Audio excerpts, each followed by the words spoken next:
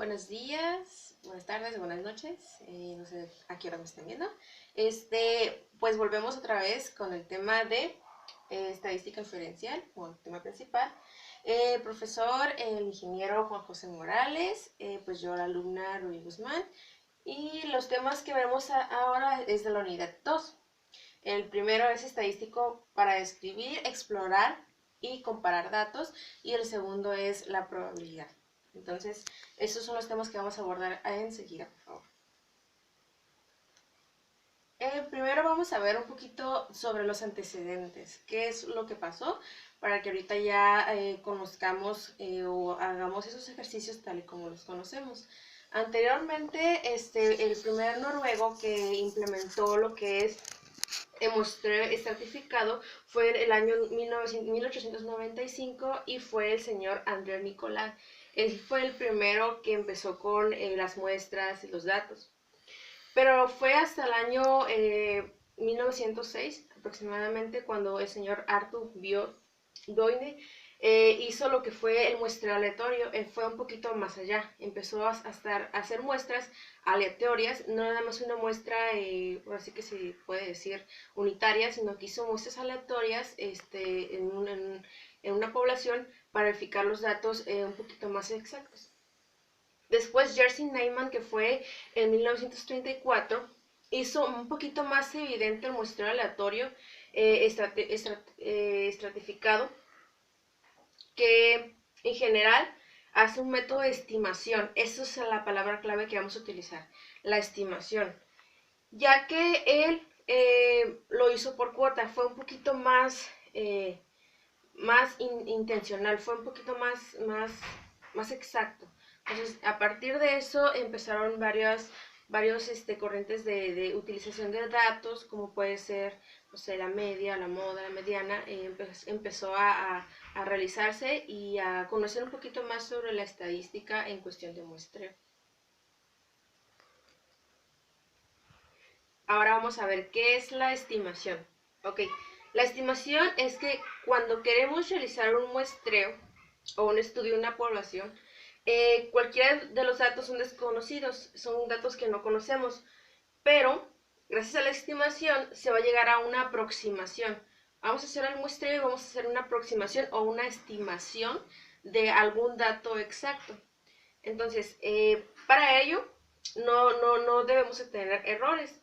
Igual, para esto se utilizan varios métodos o varias formas de utilizar y de llegar a una estimación correcta. Además de la estimación, dado que probablemente no coincida el valor real del parámetro, acompañaremos el error aproximado. Eso es muy importante.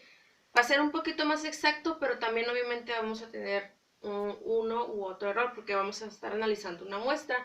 Pero igual va a ser también análisis del error y va a ser aproximadamente cómo se comete. Entonces quiere decir que vamos a tener un poquito más cerrado el resultado y sería más exacto. También está la estimación puntual, que está ligado con esto. La estimación puntual es el valor de un parámetro poblacional desconocido. Ese es el que estamos midiendo y cómo se puede, como ya lo había comentado anteriormente, cómo se puede medir con la media, la desviación estándar, entre otras. Es un número que se utiliza para aproximar el verdadero valor. Entonces, esa va a ser la palabra clave, va a ser para estimar el valor más cercano. La estimación puntual es un número denominado punto. Entonces, ahí ya está otra palabra clave, que es punto, que se utiliza para estimar un parámetro poblacional. Entonces, básicamente es encontrar el punto en el cual el resultado está más próximo en unos parámetros poblacionales. Ok, vamos a poner un ejemplo. Dice, la media muestral es el mejor estimador de la media poblacional. La medida muestral se calcula ¿cómo? Aquí tenemos una pequeña fórmula en el cual nos describe cómo vamos a calcular la media. Entonces, la media muestral, que es este dato que está aquí, es igual a la sumatoria del valor específico de la muestra entre el número total de las observaciones. Entonces, gracias a esta formulita nos va a ayudar a investigar lo que es la media muestral. Es un poquito más exacto y vamos a hacer un medio de estimación poblacional. Entonces, más adelantito vamos a ver un poquito más de esto y unos ejemplos, pero esa es la fórmula que se utiliza. utiliza para esta media muestral. ¿Ok?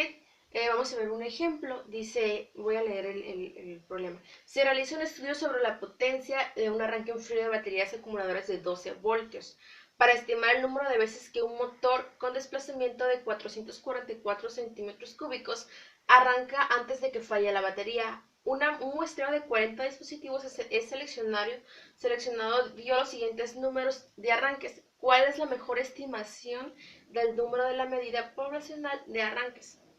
Entonces aquí tenemos los valores que se dieron de los arranques. Dice, la medida poblacional del número de arranques en frío para acumuladores de 12 voltios estimada a través de la media muestral, entonces de la que estábamos hablando, es de 25 arranques. Otros estimadores puntuales de una población son la varianza muestral y la desviación estándar, que lo vamos a verificar un poquito más adelante. Entonces aquí sumamos todos estos valores para encontrar el resultado entre el número total de valores, y esto nos dio 25, que es lo que nos está diciendo aquí. La muestral es de 25 arranques. Entonces, aquí es un pequeño ejemplo, pero más adelante vamos a ver un poquito más explicado. ¿Para qué utilizar los datos? Dice, son útiles para llegar a conclusiones correctas. Es lo que estábamos hablando anteriormente. ¿Para qué vamos a utilizar los datos? Cuando hacemos un muestreo en una población, nuestro único objetivo es obtener un dato aproximado de algún estudio, ¿no? Entonces, lo que vamos a utilizar son datos. Entonces, algunos son, no sé, pequeños, a unos son muchos, a unos son un poquito más exactos, pero el objetivo principal de la utilización de datos es que llegar a una conclusión correcta. Es el principal objetivo. Entonces, lo que queremos es obtener una solución correcta, y su conocimiento nos permitirá a su vez mejorar la forma de los estudios. Entonces vamos a ver un poquito más sobre la media, la moda, la varianza. Todos esos son las fórmulas, o son las herramientas que nos da la estadística para conocer un poquito más de los datos. Pero ¿para qué utilizar los datos? Entonces, la medida en la que tú lo vayas a utilizar es pues a conveniencia, ¿verdad? Pero igual, o sea, la estadística y los datos y las fórmulas que nos dan aquí nos van a ayudar para mejorar nuestras vidas y para tener un poquito menos tiempo invertido por ejemplo, con test muy grandes. Población y muestra. Vamos a ver para eso qué es la población y qué es la muestra. En grandes rasgos, la población es el número total de observados. Entonces, por aquí vemos una imagen donde está encerrado, no sé, un número grande de personas que están, no sé, un ejemplo, en un cine, ¿no? Entonces, esta es el total, o es la población que tenemos, ¿ok? La población es entonces en total. Ahora, ¿cuál es la muestra? Es el conjunto menor de individuos. Por ejemplo, aquí vemos que está encerrado una pequeña cantidad de individuos, y esta es una muestra. Entonces no vamos a contar el total de la población, vamos a contar nada más una pequeña cantidad de individuos a la que le llamamos muestra. Estas son unas de las definiciones de las que vamos a utilizar más adelante.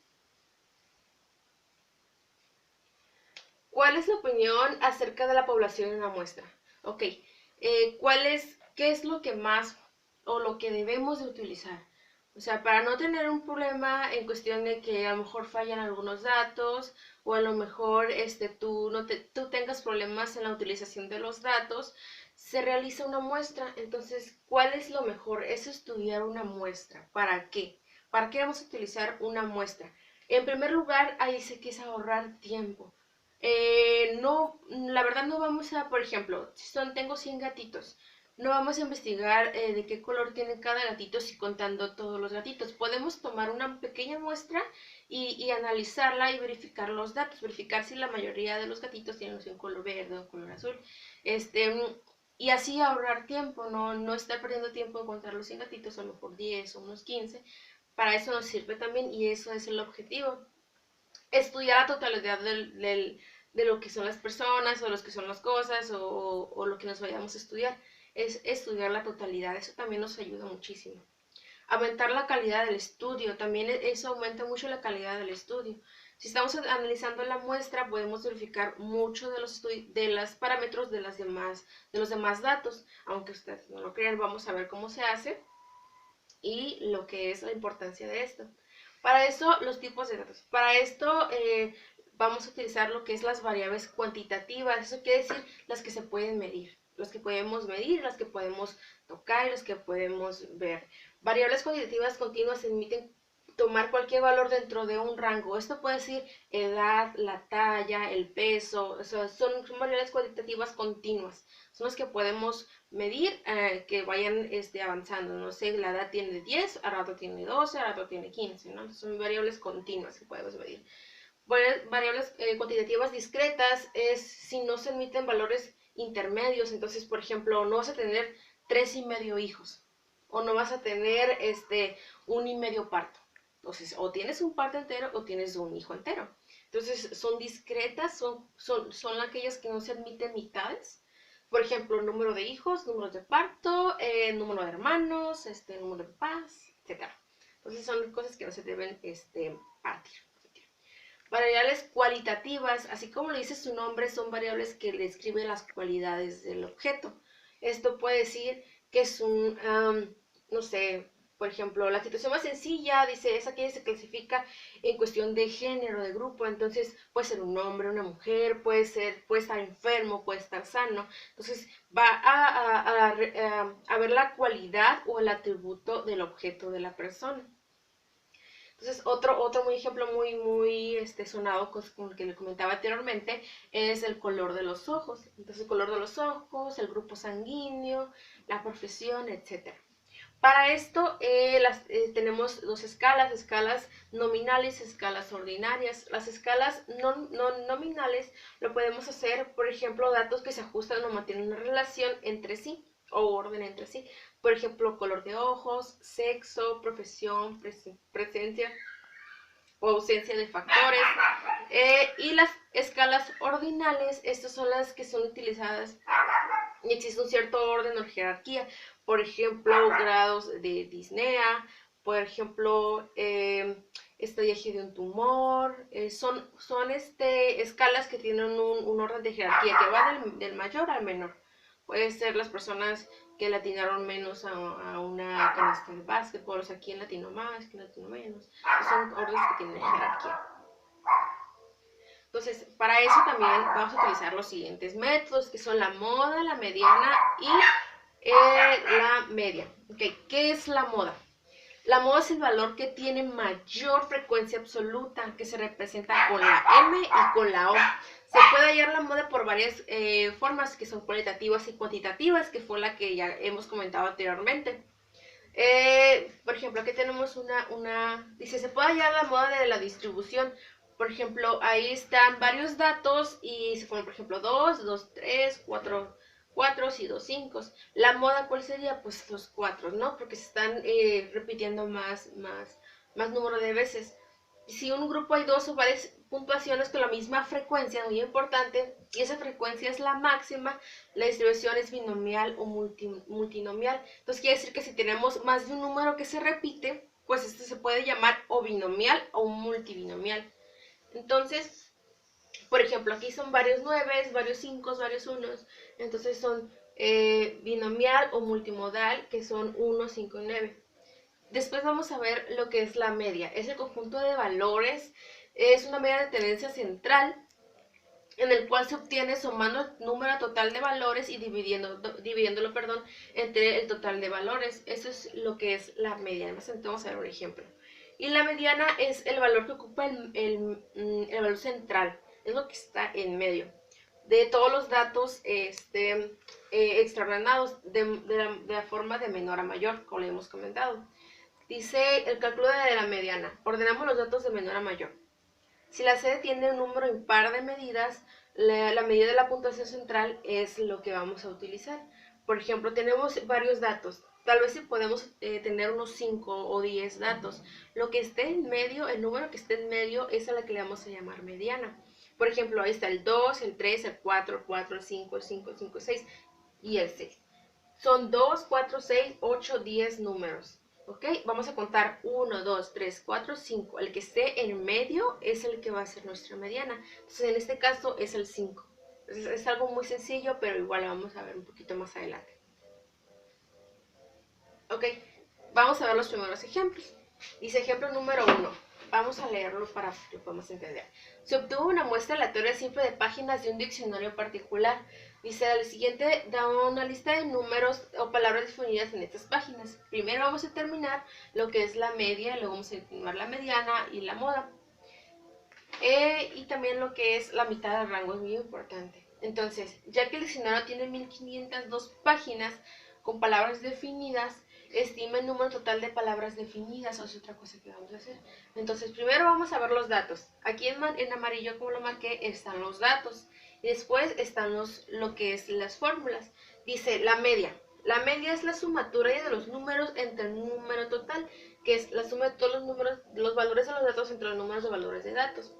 Por ejemplo, la sumatoria es, vamos a sumar todos estos números y nos va a dar como resultado 540. Ese es el primer paso que vamos a hacer para obtener la media. Después, como aquí la fórmula nos dice la sumatoria de la suma, entonces la suma es esto. Entonces vamos a poner arriba lo que es la suma y abajo el número total de valores. ¿Cuál es el número total de valores? Son 2, 4, 6, 8, son 10 valores que tenemos en total y la suma son 540. Entonces 540 entre 10 nos da 54. Esto es algo muy sencillo, pero que igual nos sirve demasiado para obtener los datos más exactos. Entonces el resultado de la media que nos está pidiendo aquí es 54. Después vamos a ver la mediana. La mediana dice que nos vamos a dividir lo que es 48, que es el número central, más 50, que es igual a 98. La mediana se obtiene, esos son de esos dos números del medio, como hemos comentado anteriormente, que son los números centrales. Por ejemplo, tenemos aquí 10 datos. Si el de medio es 48, pero como son 10, vamos a tomar el número siguiente para tenerlos en pares. Entonces es 48 más 50. ¿Cuánto nos da? 48 más 50 da 98. Entonces la mediana va a ser esos dos números sumados entre 2. Entonces el resultado nos da 49. Ahora, lo que vamos a hacer es analizar la moda. Para la moda, como no tenemos valores que se repiten, pues no hay moda. Pero si tuvieran otro 50, otro 58, otro 42, esa sería la moda. Seríamos ahí a analizar cuál es la moda de estos números. Pero ahorita como no tenemos ningún número que se repita, pues la moda sería ninguno. No tenemos moda. Ok. La mitad del rango es muy importante. La mitad del rango de un conjunto de datos es la medida de tendencia central, que es el valor medio entre el valor mínimo. Entonces lo vamos a ver. El valor máximo que tuvimos es 85 más 27, que es el valor mínimo entre 2. Esa es la mitad del rango, lo que nos da 56. Dice, para estimar el número total de palabras, que es lo otro requisito que nos da el problema, lo que vamos a hacer es la media por el número de páginas. ¿Cuánto nos dio la media? Pues nos dio 54 por el número de páginas y ese resultado nos da 81.108. Ese es el resultado y eso fue lo que nos dio en este problema. Entonces es fácil realizar o analizar los datos, nada más es tener las fórmulas presentes y las cantidades y los datos correctos. Ok, otra vez vamos a determinar el mismo número de problemas, que es la media, mediana de la moda y la mitad del rango. Ok, aquí tenemos varios datos. Atrás, por favor. Aquí tenemos varios datos. Por ejemplo, 1, liso amarillo, 2, liso verde, 3, rugoso amarillo y 4, ¿no? Están analizando varios códigos de fenotipos. Entonces, tenemos aquí ya los códigos. Lo que vamos a hacer primero es sumarlos para obtener lo que es la media. Al sumarlos dividimos entre el número total, que son 14, y nos da aproximadamente 2.7. Esa es la media. Después vamos a organizar los datos y vamos a ver cuál es la mediana. Entonces, aproximadamente la mediana nos da entre el 2 y el 3, porque son 14 datos. Acuérdense que la mitad de 14 es 7. Entonces, la mediana es 2 más 3 es igual a 2.5. Entonces, aproximadamente es casi lo mismo, ¿no? La media y la mediana. ¿Sabes la siguiente? Entonces, después vamos a obtener la moda. Entonces, ¿cuáles son los códigos? 1, 2 y 4. ¿Cuál es la frecuencia? 3, 4, 6. ¿Cuál es lo que más se repite? ¿Ok? Lo que más se repitió aquí fue el 4, entonces la frecuencia, la moda que se nos repite aquí, es lo que es el 6. El 6, que es el número más grande de todos los valores o todos los códigos, fue la que nos mandó, la que ganó ahora sí, que es, esa fue la moda. Y ahí vamos a pasar a lo que es la mitad del rango, que es el valor máximo más el valor mínimo, que es 4 más 1 entre 2, que es igual a 2.5, la mitad del rango. Eso aproximadamente nos da igual que la mediana. Ok, aquí está otro problema. Está muy interesante. Dice, con una estatura de 70 pulgadas, Roger fue el presidente más pequeño del siglo pasado. En particular, el club presidente del siglo pasado tiene una estatura media de 75.1. ¿Cuál es la diferencia positiva entre la estatura de Roger y la media? ¿Cuántas desviaciones estándar corresponden a esa diferencia? Y convierta la estatura de Roger a una puntuación Z. Si consideramos 70 pulgadas menos 75.1 pulgadas igual a 5.1 pulgadas, ¿cuál es la transformación de punto Z de menos 2 y 2? ¿Ok? Entonces, para determinar cuántas desviaciones estándar es la diferencia, calcula la relación de diferencia de 5.1 a la desviación estándar de 2.4. Entonces vamos a ver, 5.1 entre 2.4 es aproximadamente 2.13 desviación estándar. ¿Ok? Puntuación Z. Dice, la muestra que es igual a lo que es el primer dato y el segundo dato entre lo que es la varianza. Esto quiere decir que nos va a dar 70 menos 75.1 entre 2.4. Eso es lo que nos va a dar aproximadamente. Y ahora lo que es 70.5, 70 menos 75.1, perdón, entre 2.4 es igual a 12.13. Entonces este es el resultado central, que es 2 menos 2.13. La puntuación del Z. Luego pasamos a la siguiente. No, atrás. Luego la puntuación Z es menos 2.13. Entonces, ya que la estatura usual son consideradas aquellas que se convierten en puntuaciones Z, entre ellas menos 2 y 2. Con base a esto, la estatura de Roger es inusual. Ok, ahora vamos a pasar con probabilidad. La probabilidad es una medición numérica que va del 0 a 1 de las posibilidades de que un evento se ocurra. ¿Ok? Si da cerca de 0, es improbable que ocurra. Y si da un poquito más allá, quiere decir que las posibilidades de que ocurra van aumentando. Dice P por A es igual a N con la unidad de arriba que es 0. De resultados es que ocurra a N, N mayúscula sobre 0 resultados posibles. ¿Okay? Enseguida vamos a ver unos ejemplos. Los tipos de sucesos. Tipo de sucesos es exhaustivo, no exhaustivo, mutuamente excluyentes, no mutuamente excluyentes, independientes y dependientes. Son los tipos de sucesos que pueden haber en una probabilidad. Aquí hay varias fórmulas que se va a aplicar en cada una de ellas. Después si podemos ver lo que es los ejemplos, vamos a verlo. Pero básicamente voy a dar nada más lo que da, ¿no? Exhaustivos son ejercicios que consideran a todos los posibles resultados. No exhaustivos, dice, esos son exhaustivos si no cubren todos los posibles resultados, que no cubren. Excluyentes, puede decir que ocurren de forma simultánea, por ejemplo, los hombres y las mujeres. Excluyentes son que ocurren en forma simultánea, pero tienen una añadición. Por ejemplo, hombres con ojos cafés, entonces ahí está variando un poquito. Excluyentes, está excluyéndolo del grupo. Independientes, sucesos cuya probabilidad no se ve afectada por la ocurrencia, por ejemplo, el sexo y el color de ojos. Y los dependientes, que son la probabilidad que cambia dependiendo de la ocurrencia, por ejemplo, puede ser la raza, el color de ojos, etc. Entonces son varios tipos de datos que podemos analizar con la probabilidad. Ok, después vamos a ver lo que es la distribución muestral. Aquí vemos un diagrama de árbol que es útil para visualizar las probabilidades en forma gráfica. Por ejemplo, aquí nos dan una bolsa que contiene 7 fichas rojas, 5 azules, se escogen 2 fichas, una al azar. Entonces, aquí nos va, así que desintegrando, nos va explicando un poquito más acerca de las probabilidades en forma gráfica con este diagrama de árbol. Distribuciones de probabilidad, variables aleatorias, dice, es la descripción numérica de resultado de un experimento, que puede ser variable aleatoria, discreta o continua. Y eso se va a depender de forma finita y finita y puede tomar cualquier valor. Por ejemplo, la variable continua puede tener cualquier valor y puede ser, por ejemplo, el peso, la temperatura, o el tiempo, que es lo que estamos comentando anteriormente.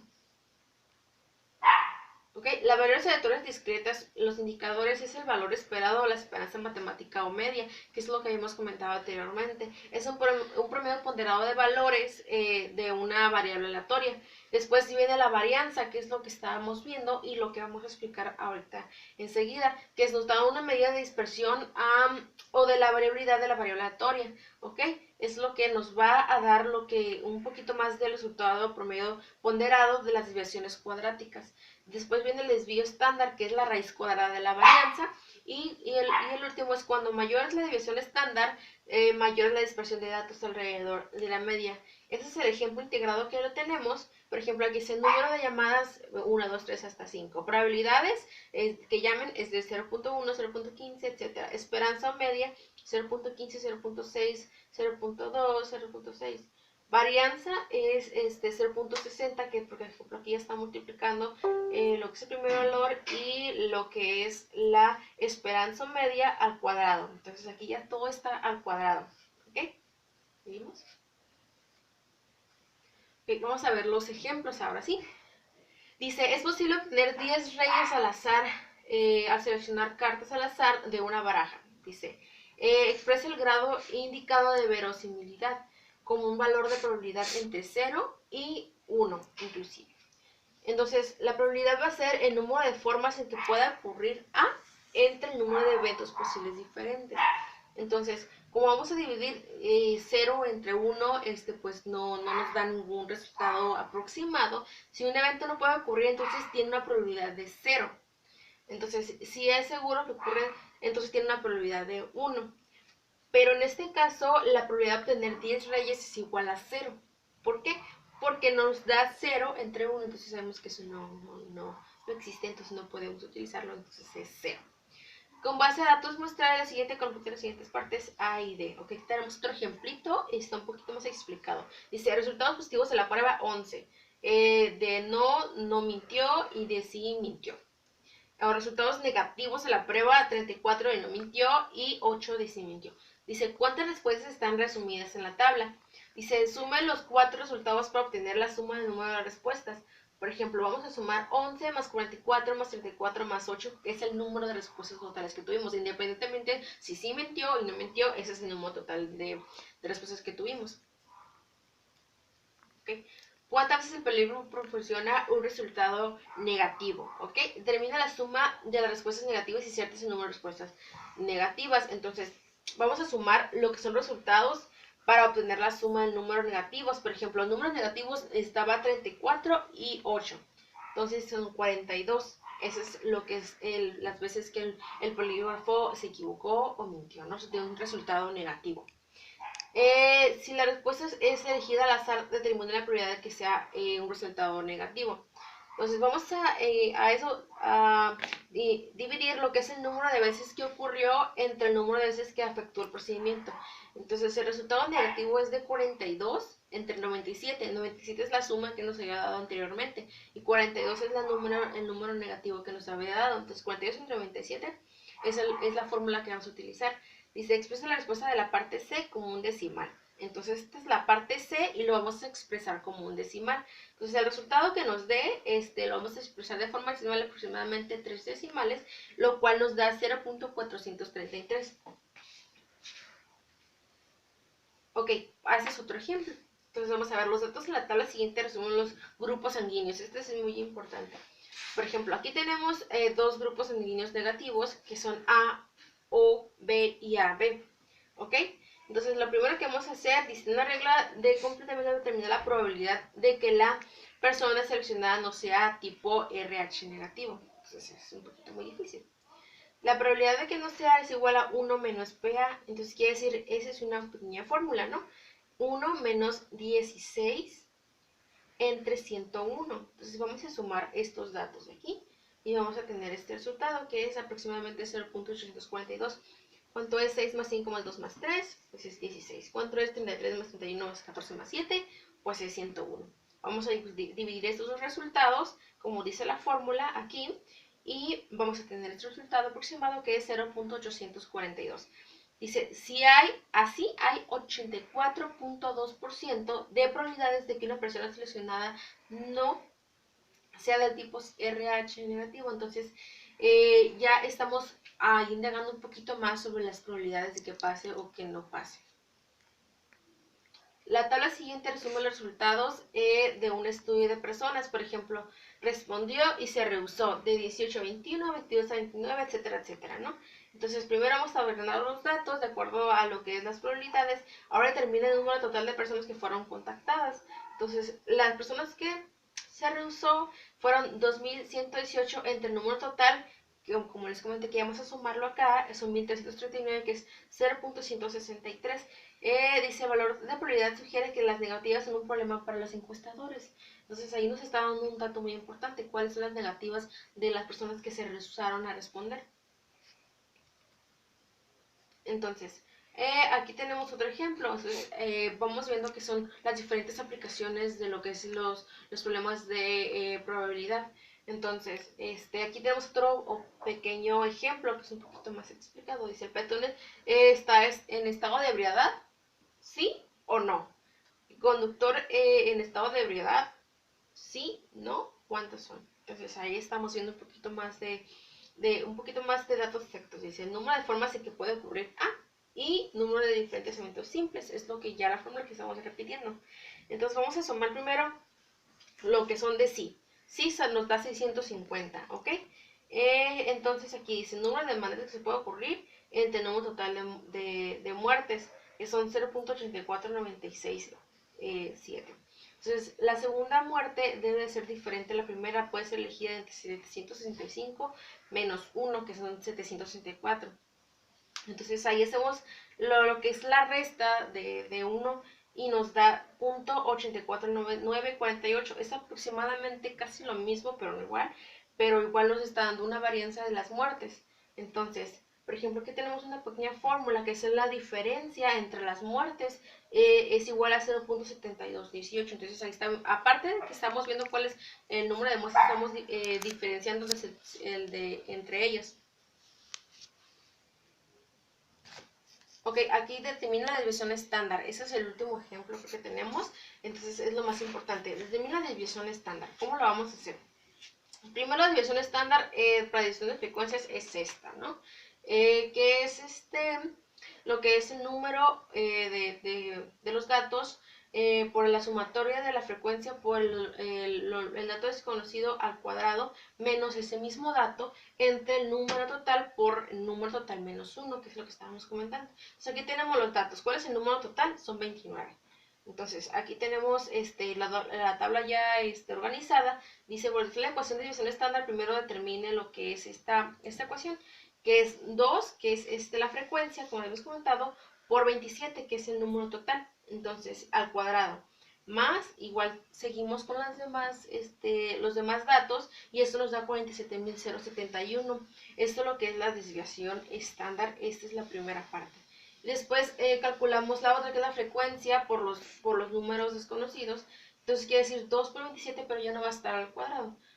Punto medio de la clase, entonces 2 por 27, que es el punto medio de la clase, más 4, más 8, más 6, que es igual a los números de datos, es igual a 11.053. Ya tenemos todos los datos, ahora nada más vamos a multiplicar, que es el número total por lo que es la primera parte de determinante de la desviación estándar, por la segunda parte, que es al cuadrado, entre el número total menos 29 menos 1, que es el número total menos 1, eso nos da aproximadamente 6.6 grados Fahrenheit. Entonces, esa desviación estándar de esos datos es la temperatura mínima diaria. Entonces, esto es muy importante, analizar todos estos datos para tener cosas más exactas en nuestras vidas, para poder tener un poquito más de control y analizar una pequeña muestra y con eso hacer un mundo de datos. Entonces, eso ya es todo. Muchas gracias por la atención y pues espero que les haya gustado. Toda esta información es verídica y es sacada de las informaciones que nos dan, nos proporciona el ingeniero, nuestro maestro ingeniero Juan Morales. La mayor parte de los datos o la mayor parte de los problemas que están plasmados en este trabajo es de una página muy importante, Pearson, y nos ayuda más que nada a investigar y a verificar los datos y a indagar un poquito más sobre el conocimiento y análisis de las muestras. Espero que les haya gustado y fue un tema muy interesante. Gracias.